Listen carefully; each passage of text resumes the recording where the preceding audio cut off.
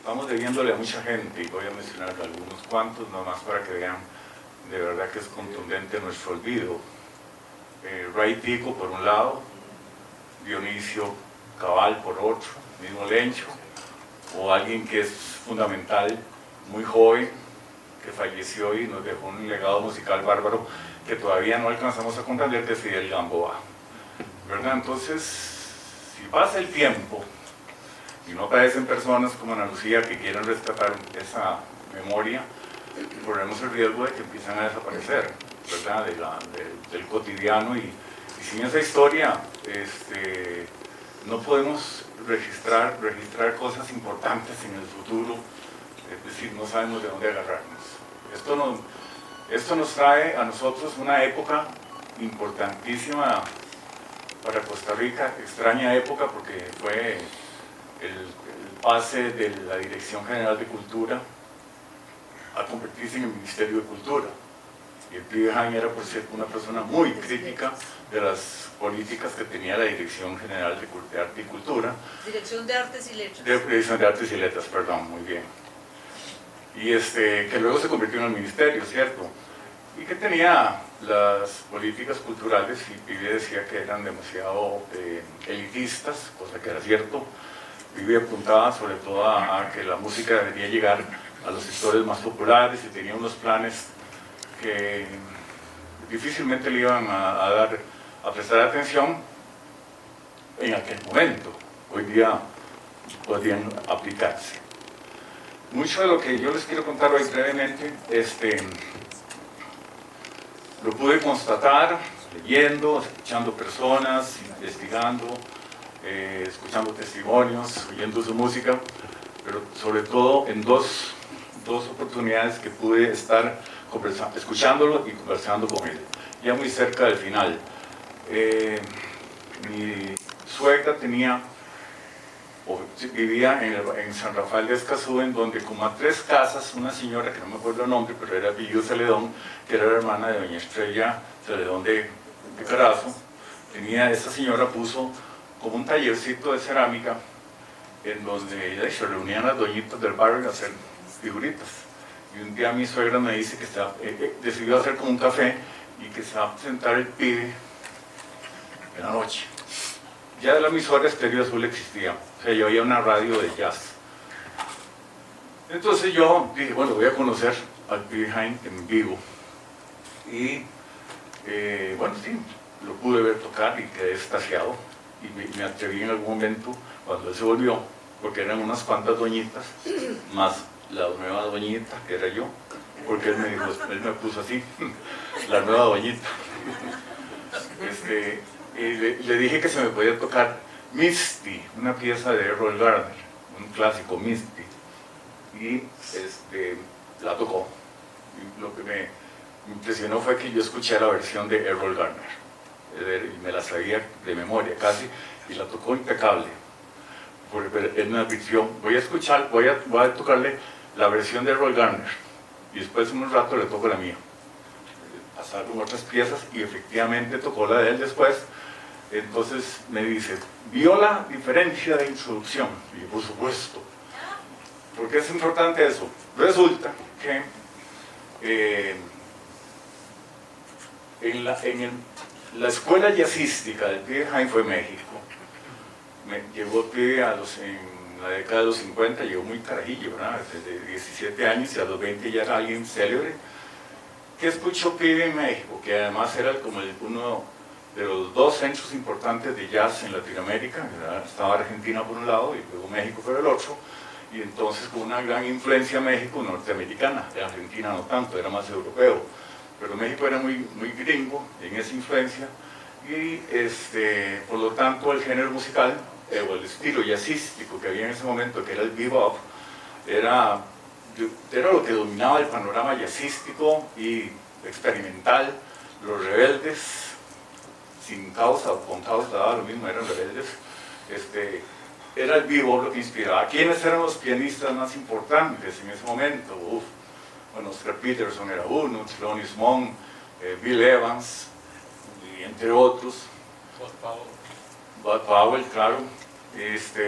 Y eran pianistas de una formación impresionante que mezclaban desde lo clásico, pasando por cosas populares hasta llegar al jazz. Experimentaban mucho, pero habían dos pianistas que en cierto modo calificaron toda la producción de muchos de estos pianistas que acabo de mencionar.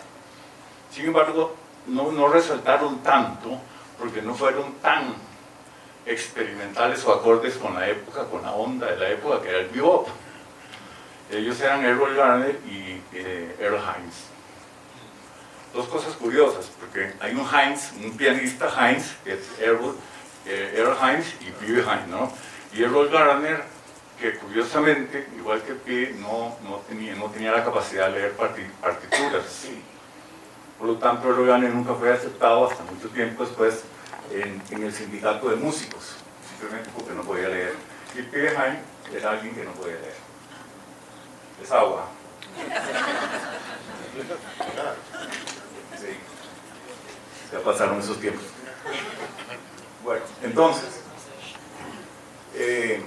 escuchando además el estilo, es que tienen que escuchar, ¿verdad? En YouTube hay de todo, ahí se encuentra toda la música de P.B. bueno, toda la posible, pero hay playlists, no sé quién los hizo, pero son perfectos, aparecen muchas diversidades musicales de P.B. y si lo escuchan y luego pasan a escuchar a Earl Hines o a Errol Garner, van a sentir cosas de estilo muy similares y de calidades similares, de tal manera que estoy convencidísimo que si P.B. Hines se hubiera dedicado al jazz, en algún momento podría existir un disco en donde fueran Errol Garner, Earl Hines y P.B. Hines tocando todos en el mismo nivel, porque ese era el nivel que tenía P.B. Hines, así de simple. Y es cierto y contundente que P.B. Hines introdujo el jazz en el país. Con esa influencia que tuvo en México, más que lo que posteriormente desarrolló en New Orleans, y básicamente en esos dos puntos, luego él recorrió el mundo, pero el jazz se nutrió en México y en New Orleans. Ahí fue donde su espíritu se volvió cada vez más jazzista, porque su ánimo cotidiano era el de un jazzista, esa cosa impredecible, poco manejable, intolerante con las rutinas. No creo que sea sencillo vivir con una persona del 100% de espíritu jazzista, pues vivieron bueno. Entonces regresa obviamente a este país en donde no había ambiente jazzístico como existía en México. México ya tenía una gran cantidad de nightclubs, en el buen sentido de la palabra, es que los nightclubs son aquí los de los striptease, ¿no? Allá no necesariamente. Entonces nightclubs o salones de jazz, y muchos de ellos eran, ¿cómo se dice?, no permitidos, clandestinos. ¿Por qué? Porque ya existían en los 50 algunos estimulantes que no eran permitidos por la ley. Entonces, como suele suceder, entonces se consumían de manera clandestina, entonces por lo tanto hay esos niveles de jazz. Pero viene a Costa Rica, en donde, claro, tenemos una gran educación musical, un gran público en cierto sector de la población, y empieza a desarrollar su arte, sus especialidades aquí, en ciertos lugares, pero los músicos que lo acompañaron en ese momento, como Fernando Castro, el Chino Moreno, el hermanillo de Dios sería casi, ¿verdad, Chino? Para el ego del Chino está genial esto, por cierto. Perdón, que se sepa también que al pibe lo acompañó un trabajo José, ¿verdad? Sí. Y aquí en Costa Rica. Ah, sí, eso no lo sabía. Entonces, los músicos que lo acompañaron no fueron o dedicaron su vida al jazz como profesión. Fueron músicos que tuvieron que dedicarse a otras músicas, pues porque tenían que darle de comer a sus familias o vivir ellos, porque en ese momento en Costa Rica era imposible dedicarse al jazz. Parecido a lo de hoy día, igual, pero en aquel momento era grave. De tal manera que, aunque el pibe haya sido una persona que introdujo el jazz, porque eso es definitivo, no hay un legado preciso. Yo diría que ni siquiera existe, porque no hubo una generación que continuara lo que pudo haber aprendido con el pibe. Lo que a mí sí me ha quedado claro es que el pibe inspiró a todos los músicos que tocaron con él, los inspiró a todas las personas que lo conocieron, fueron sus amigos de su circuito cercano de amistades, los inspiró, y creo que inclusive a sus mismos familiares los inspiró, ¿verdad? El espíritu creativo, él lo inyectó en muchas personas. Los que hicieron jazz con el pibe, en este caso, los que fueron a New Orleans, o los que vinieron a acompañarlo aquí en el 415, yo creo que la sudaron porque el pibe Jaime era un músico complicado musicalmente hablando, puesto que efectivamente nunca repetía rutinas en el piano. Era como Ray Tico, nunca podían ser, no eran capaces de reproducir la canción exactamente, y era porque además no leían, no tenían esa memoria técnica precisa de reubicar las cosas, ¿verdad? Eran improvisadores innatos. Pero impresiona ver cómo a través del tiempo y hasta cierta época la presencia del pibe, aunque muchos jóvenes músicos no lo hubieran escuchado, estaba ahí, ¿verdad? Y eso llama mucho la atención porque significa que hay un poder, hay una esencia muy fuertísima de un espíritu artístico que llegó a niveles tales que aún en el desconocimiento inspiraba. Es muy extraño. Y creo que hay personas que empezaron a escucharlo, como Luis Monge, el pianista del grupo Swing en 4, con el que yo tuve bastantes conversaciones con él, porque el papá de Luis Monge sí conoció al pibe Jaime en México. Entonces, Luis Monge decía que él, por más que había estudiado en Alemania y que luego en Nueva York y que luego en España, todo lo que escuchaba con el pibe era una nueva lección, ya fuera un bolero, ya fuera un tango, ya fuera una versión clásica de algún tema o los mismos temas de Agustín Lara. Es decir, que ese material que está grabado es fundamental para la concepción y la comprensión de lo que el pibe Jaime fue musicalmente hablando, que en fin de cuentas es lo que importa. ¿Y Alberto González? ¿Qué pasa? Bueno, pero, ¿Tuvo alguna influencia? por Alberto González. Ah, Chepe. Chepe. Bueno, yo creo que sí, porque era de los que les gustaba hablar del pibe, ¿verdad? Y a ellos les gustaba hablar de la maestría, debo suponer que sí. Brevemente, ¿a qué se refiere con la maestría del pibe? Pienso que la mejor palabra que define el estilo pianístico del pibe es la elasticidad que él tenía. Me imagino que han escuchado a Richard Clayderman, a Raúl Di Blasio y estos tipos de pianistas que hacen un montón de floriteos ahí, ¿verdad? ¿Sí? Vericuetos floripondiosos. Esos. Vericuetos floripondiosos. Esos son. Pero son como muy mecánicos, por decirlo de algún modo. Son demasiado estudiados y no se rompen en su propia rutina. El pibe hacía movimientos que luego él mismo rompía, no tenía una rutina, o sea, si se extendía, saltaba, no regresaba normalmente, sino que saltaba. Era una elasticidad bárbara que, combinada con el ritmo o el tiempo de la mano izquierda, hacían que fuera alguien difícil de acompañar, pero además con una riqueza musical bárbara. Efectivamente, otro de los elementos del pibe, sí, es el que tenía muy buen gusto musical. Aquí se me llama, me dice. Sí.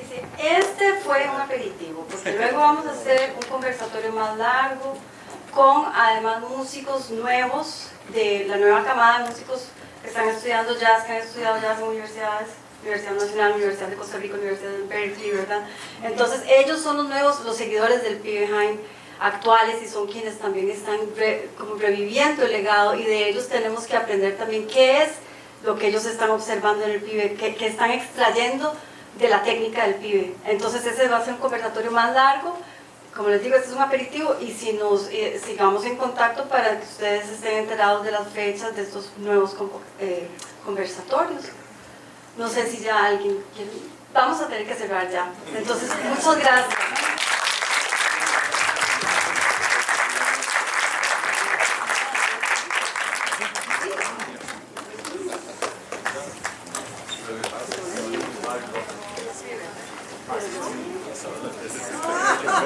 Derecho para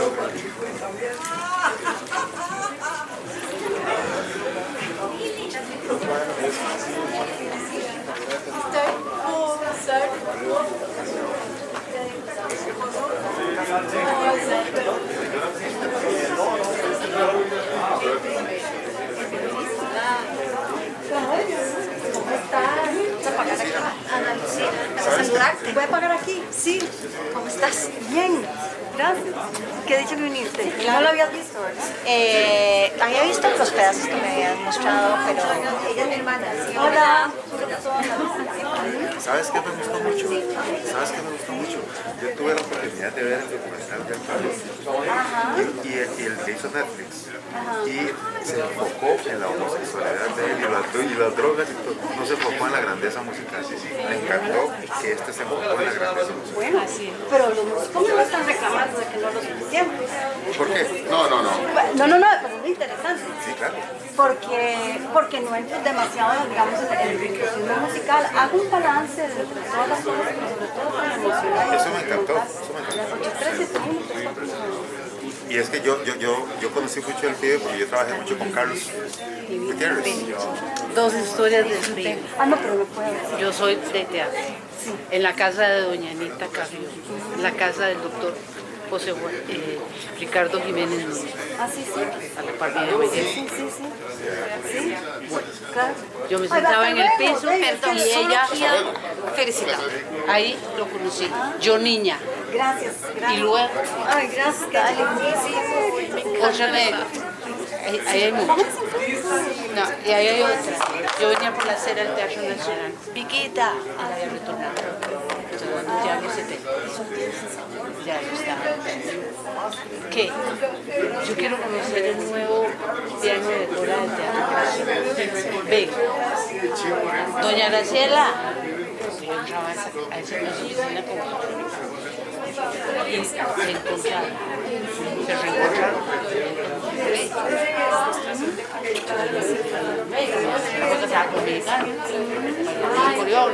Muchas gracias por su maravilloso trabajo. Le dio permiso. Sí, sigan. Le dio permiso. Darles una memoria. Nada más le concluyo. Le dio permiso de usar el piano Cora cuando pudiera. Instagram y Facebook. Sí. Tenía permiso de entrar al Teatro Nacional. Ay, qué chica. Ay, Felicidades. No, pero ¿qué es eso? Ay, qué dicha. ¿Qué dicha que estás haciendo? Sí.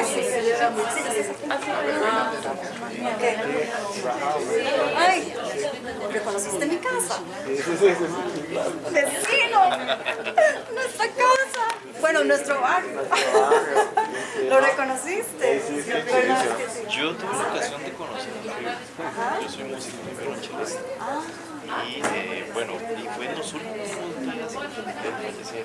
Como dice que posiblemente temblaba por el Pacífico, por el mar Perdón que me metieras. Una vez estaba él esperando un bus ahí en la parada de la Carita, que pasa con el Chavito, y él me llamó, me dijo, vos sos chelista, no sé qué, yo soy el pibe.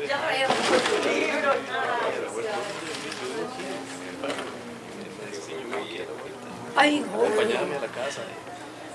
Una casilla, pero estaba usted. ¿Lo pones en las redes?